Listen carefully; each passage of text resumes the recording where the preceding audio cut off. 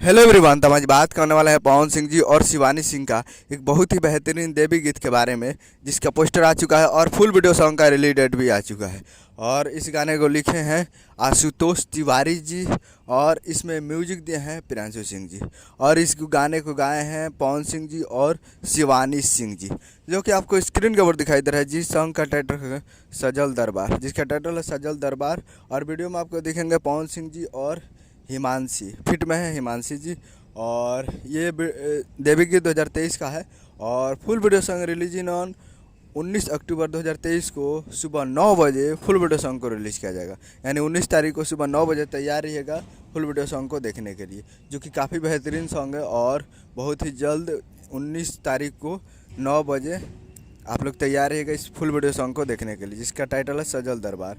और काफ़ी बेहतरीन होने वाला है। DRS music present Bhojpuri YouTube channel पे देखिएगा। तो 9 बजे तैयार रहेगा। उम्मीद करेंगे वीडियो अच्छा लगा, चैनल को सब्सक्राइब लाइक करना। कैसे खेसारी लाल यादव जी और पवन सिंह जी का लेटेस्ट मिलाता है। वीडियो अच्छा लगा तो वीडियो को लाइक कीजिए। मिलते हैं, जय हिंद जय भोजपुर।